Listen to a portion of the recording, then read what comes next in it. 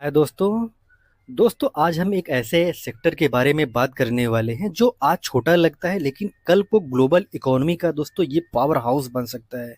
और दोस्तों हम बात कर रहे हैं एआई और डेटा सेंटर सेक्टर की। और दोस्तों ये सेक्टर काफ़ी फ्यूचरिस्टिक सेक्टर माना जाता है, काफ़ी इंटरेस्टिंग सेक्टर माना जाता है। और इस सेक्टर का दोस्तों ग्रोथ कितने हाईली बहुत ही तेजी से होता हुआ नजर आ रहा है। रैपिडली दोस्तों ये सेक्टर ग्रो करता हुआ नजर आ रहा है। और दोस्तों इस सेक्टर का जो फ्यूचर है वो काफी ब्राइट नजर आता है। अभी अमेरिका ने H1 वीजा की जो फीस महंगी कर दी है, मतलब दोस्तों वहाँ की कंपनियों के लिए इंडियन इंजीनियर्स को हायर करना, यूएस भेजना पहले से कहीं ज्यादा कॉस्टली हो गया है। और अगर आने वाले समय में अमेरिका और भी नए नियम लेकर आता है तो ये सेक्टर और भी हिल सकता है। लेकिन दोस्तों यही एक गोल्डन चांस इंडिया के लिए निकल सकता है, क्योंकि हाईली स्किल्ड लोग जब यहीं रहेंगे तो उनकी एक्सपर्टीज का फायदा इंडियन आईटी और डेटा सेंटर कंपनियों को जरूर मिलता हुआ नजर आ सकता है। सवाल उठता है, जो गहरा सवाल उठता है वो ये है कि क्या इंडिया इस ग्लोबल शिफ्ट का पूरा फायदा उठा पाएगा, और कौन सी वो कंपनीज है जो आज के दौर में तो छोटी हैं लेकिन कल के दिन में वो काफी बड़ी बनती हुई नजर आ सकती है। तो दोस्तों ये कंपनियां कौन सी हो सकती हैं, उनके बारे में दोस्तों आज डिस्कस करेंगे। कुछ इस सेक्टर की छोटी कंपनियों के बारे में डिस्कस करेंगे, और दोस्तों जो लास्ट के बारे में कंपनी के बारे में डिस्कस करेंगे वो दोस्तों लिटरली तो बहुत ही छोटी है, तो वहां पर रिस्क भी काफी बड़ा है। तो दोस्तों अंत तक बने रहिए। और वीडियो शुरू करेंगे दोस्तों उससे पहले एक इंपॉर्टेंट डिस्क्लेमर देना चाहेंगे। ये video just for study purpose के लिए है, इन्फॉर्मेशन पर्पस के लिए है। मेरे तरफ से दोस्तों कोई बाय का या सेल का कॉल नहीं है। और दोस्तों पहली कंपनी को देखेंगे, इसका बिजनेस डेटा मैनेजमेंट में होता हुआ नजर आ रहा है। नेटवर्क मैनेजमेंट में दोस्तों ये कंपनी काम करती हुई नजर आ रही है। सर्विस डेस्क में कंपनी काम करती हुई नजर आ रही है। मैनेज सिक्योरिटी में कंपनी काम करती हुई नजर आ रही है। Cloud services. और इसका ग्रोथ भी देखेंगे तो काफी शानदार ढंग से ग्रो भी करती हुई कंपनी नजर आ रही है। लगातार दोस्तों ये कंपनी ग्रो करती हुई नजर आ रही है। और जिस तरीके से पूरे वर्ल्ड में दोस्तों प्रॉब्लम नजर आ रहा है, इंडिया को अपने डेटा पर, अपने डेटा सेंटर पर फोकस करना होगा। और इंडिया अगर ऐसा करता है तो इन कंपनियों का जो ग्रोथ है वो और भी तेजी से हो सकता है। कंपनी का मार्केट कैप देखेंगे तो मार्केट कैप 1209 करोड़ है का है। इसका मतलब है कि कंपनी काफी छोटी है। इतनी छोटी कंपनी होने का मतलब है कि दोस्तों ये कंपनी उड़ने का तो आसमान की तरफ जा सकती है और गिरना होगा अगर ये कंपनी अपने पोटेंशियल पर काम नहीं करती है। तो ये कंपनी धरातल पर भी आ सकती है, यानी ये कंपनी लिटरली क्रैश भी हो सकती है। बड़े निवेशक इस कंपनी को भगा भी सकते हैं और गिरा भी सकते हैं, तो रिस्क काफी ज्यादा है। वहीं पर टॉप से देखेंगे तो टॉप से काफी बड़ा करेक्शन है, यानी कि दोस्तों ये कंपनी अपने 52 के लो के आसपास खड़ी हुई नजर आ रही है। और पीई भी देखेंगे तो रीजनेबल पी नजर आता है। 16.3 का पी होना एक रीजनेबल पी नजर आता है। आरओसी और आरओई देखेंगे तो ये भी काफी शानदार है। फेस वैल्यू 10 का है, यानी कि कंपनी फ्यूचर में अपने फेस को भी स्प्लिट करती हुई नजर आ सकती है। सेल्स का ग्रोथ देखेंगे तो लगातार दोस्तों सेल्स में ग्रोथ नजर आएगा। प्रॉफिट में ग्रोथ देखेंगे तो प्रॉफिट में ग्रोथ नजर आएगा। वहीं पर कैगर देखेंगे तो कंपनी ने भर भर के रिटर्न बनाकर अपने निवेशकों को दिया है। रिजर्व की बात करेंगे तो 218 करोड़ का रिजर्व है। कर्जा उसके मुकाबले में 139 करोड़ का है, यानी कि कंपनी छोटी है, इसके पास रिजर्व के मुकाबले में कर्जा कम है। लेकिन दोस्तों कर्जा काफी है, ये चीज आपको समझना होगा कि छोटी कंपनी के लिए इतना बड़ा कर्जा होना अच्छी बात जरूर नहीं है।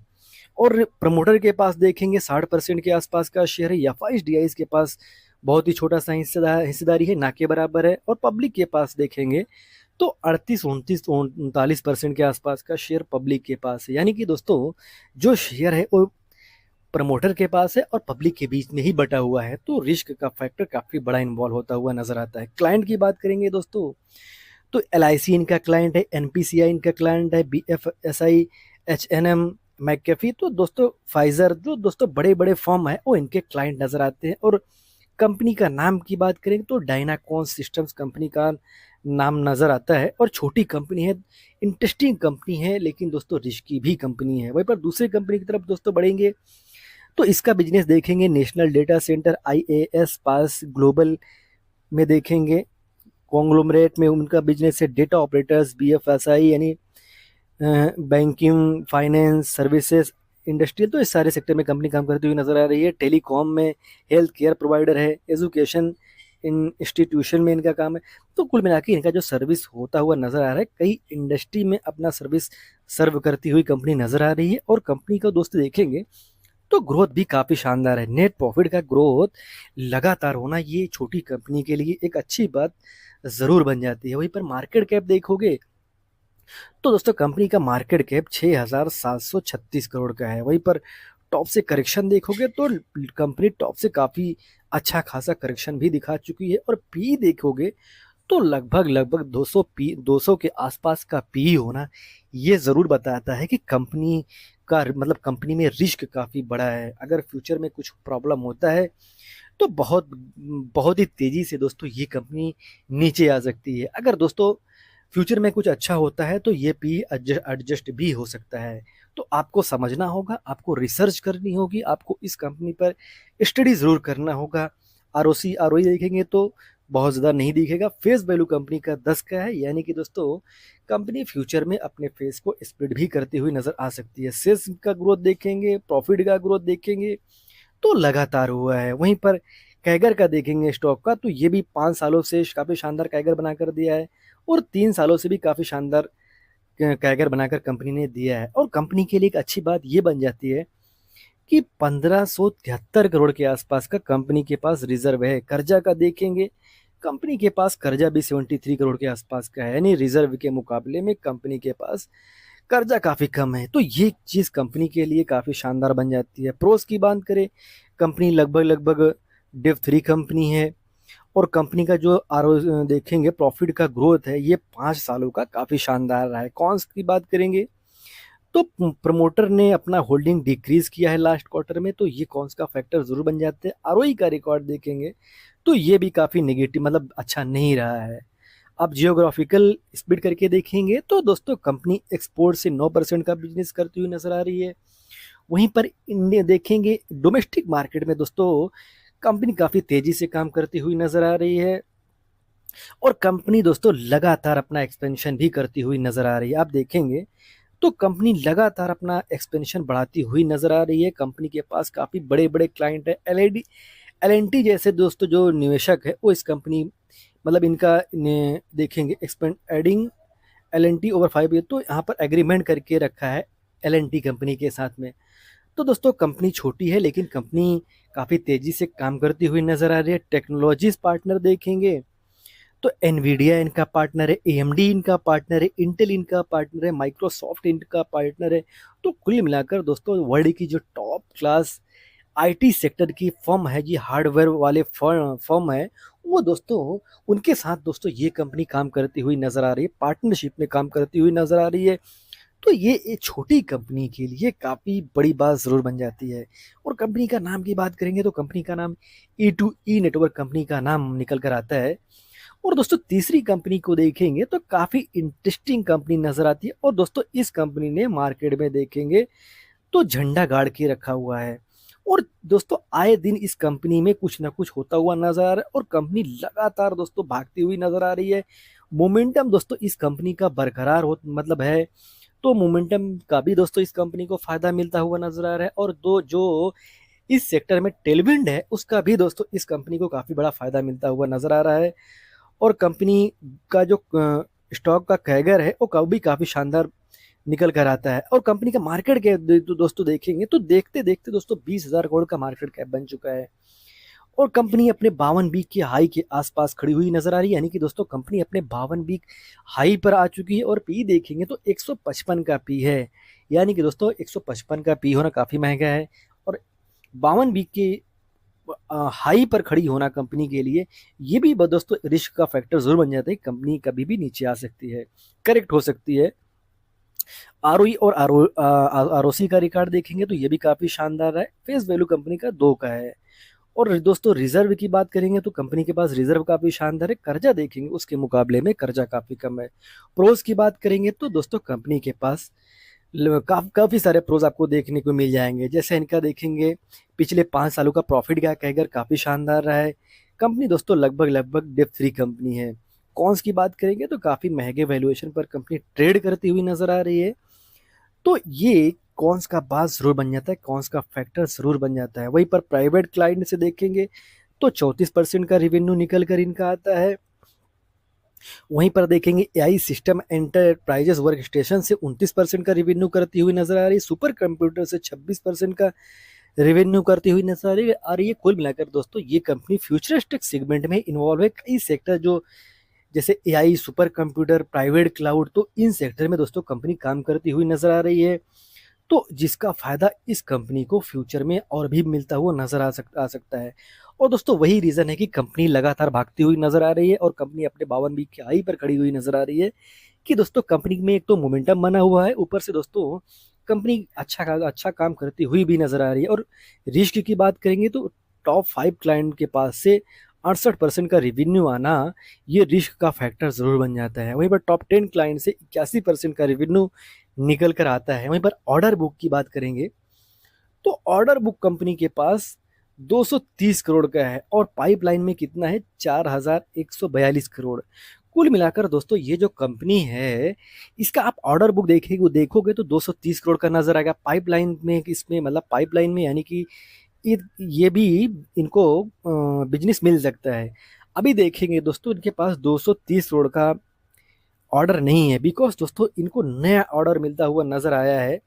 आप देखेंगे सितंबर मंथ में इनको 1734 करोड़ का ऑर्डर मिला।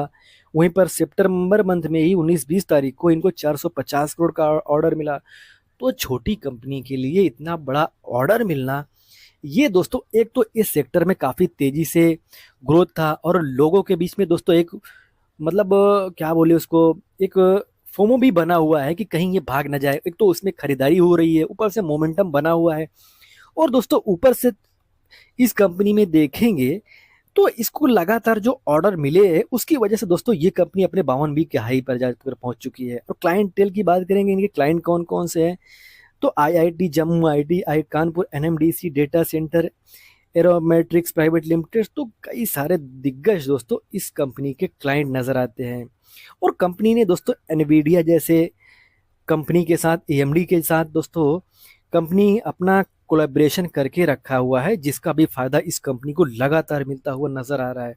और कंपनी का नाम की बात करें तो कंपनी का नाम दोस्तों नेटवेब टेक्नोलॉजीज निकल कर आता है और काफी तेजी से दोस्तों इंडिया में ग्रो करती हुई नजर आ रही है। और इंडिया में ग्रोथ होता है तो एक्चुअली इस कंपनी को काफी बड़ा फायदा मिलता हुआ नजर आ सकता है, बिकॉज दोस्तों जो बड़े बड़े गवर्नमेंट फंड फर्म्स हैं वो दोस्तों उनको ये कंपनी अपना सर्विसेज देती हुई नजर आती है। तो जिसका फायदा फ्यूचर में इस कंपनी को मिलता हुआ नजर आ सकता है। तो आपको इस कंपनी पर स्टडी जरूर करनी चाहिए। वहीं पर दोस्तों आगे आगे बढ़ेंगे तो दोस्तों ये एक एसएमई कंपनी है और दोस्तों मैं आपको बताना चाहता हूं कि यहाँ पर रिस्क काफी ज्यादा है। एसएमई कंपनियों में दोस्तों रिस्क काफी ज्यादा होता है। आपको समझना होगा कि रिस्क काफी ज्यादा होता है। उसका रीजन भी दोस्तों ये निकल कर आता है, कंपनी का मार्केट कैप 180 करोड़ है। अगर 180 करोड़ मार्केट कैप कंपनी का रहेगा तो कोई भी बड़ा निवेशक आएगा तो कंपनी को बहुत तेजी से भगा भी सकता है और पटक भी सकता है। तो लिटरली दोस्तों इतना बड़ा रिस्क होता है। लेकिन दोस्तों जो एसएमई कंपनियां होती है इनमें दोस्तों अगर रिसर्च करके सही समय पर रिसर्च किया जाए और स्टडी किया जाए, अपने फाइनेंशियल एडवाइजर से बात किया जाए तो काफी बड़ा फायदा निवेशकों को मिल सकता है और मिल भी सकता है और डूब भी सकता है। तो आपको ऐसे कंपनियों में डिसीजन लेने से पहले आपको अपने फाइनेंशियल एडवाइजर से दोस्तों डिस्कस जरूर करना चाहिए। और कंपनी को देखेंगे तो 55 के पी पर कंपनी काम करती हुई नजर आ रही है। आरओई और आरओसी देखेंगे तो ठीक ठाक नजर आएगा, बहुत ज्यादा तो नहीं है। फेस वैल्यू कंपनी का 10 का है, यानी कि कंपनी फ्यूचर में अपने फेस को स्प्लिट भी करती हुई नजर आ सकती है। वहीं पर नेट प्रॉफिट का ग्रोथ देखेंगे तो नेट प्रॉफिट में ग्रोथ तो है, लेकिन दोस्तों ऐसा भी नहीं है कि बहुत ही कंसिस्टेंट ग्रोथ है। तो कंसिस्टेंट ग्रोथ की कमी कंपनी में जरूर नजर आएगी। वहीं पर दोस्तों रिजर्व की बात करेंगे तो 25-26 करोड़ के आसपास का रिजर्व है, 25 करोड़ के आसपास का कर्जा है। यानी कि दोस्तों ये भी एक काफी बड़ा रिस्क बन जाता है कि रिजर्व के आसपास कर्जा भी है। और कंपनी फ्यूचरिस्टिक सेगमेंट में काम करती हुई नजर आ रही है। अगर फ्यूचर में इस सेक्टर में कुछ भी होता है, 19-20 होता है, तो इस कंपनी पर काफी बुरा असर पड़ देखने को मिल सकता है। काफी निगेटिव प्रभाव दोस्तों इस कंपनी पर पड़ता हुआ नजर आ सकता है। हाँ, अच्छी बात देखेंगे तो कंपनी के पास 73% से ज़्यादा का हिस्सा है, तो कंपनी के लिए एक अच्छी बात ज़रूर बन जाती है। वहीं पर डीआईज़ के पास आप देखोगे तो 2% के आसपास का शेयर डीआईज़ के पास है, एफआईज़ के पास ना के बराबर शेयर है, बाकी पब्लिक के पास है। कुल मिला के दोस्तों पब्लिक और प्रमोटर के बीच में ही इनका शेयर का जो हिस्सा है वो बटा हुआ है। अब प्रोस देखेंगे तो स्क्रीनर पे कुछ दिख नहीं रहा है, लेकिन कई सारे प्रोस भी हो सकते हैं। कॉन्स देखेंगे दोस्तों तो दोस्तों लगातार कंपनी प्रॉफिट तो कर रही है, लेकिन अपने निवेशकों को डिविडेंड नहीं दे रही है। और कोई भी कंपनी दोस्तों छोटी होती है, अगर प्रॉफिट भी करती है तो वो दोस्तों डिविडेंड देना अच्छा नहीं समझती है, बिकॉज दोस्तों उनके पास जो पैसा होता है उस पैसे को अपने बिजनेस में कंपनियां लगाना ज़्यादा प्रेफर करती हैं।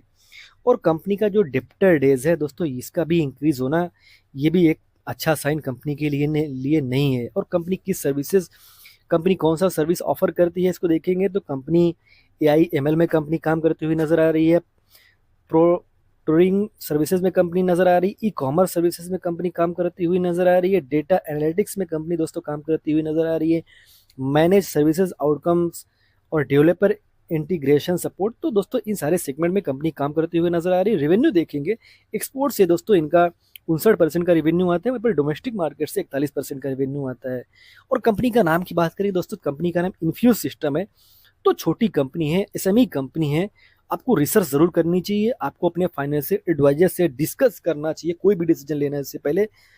और दोस्तों आपको एक डिस्क्लेमर भी देना चाहूंगा, I am not CIBIL registered advisor, कुछ भी और सेल करते हो उससे पहले अपने फाइनेंशियल एडवाइजर से बात कीजिए, डिस्कस कीजिए, सलाह कीजिए दोस्तों, देन ही कोई कॉल लीजिए।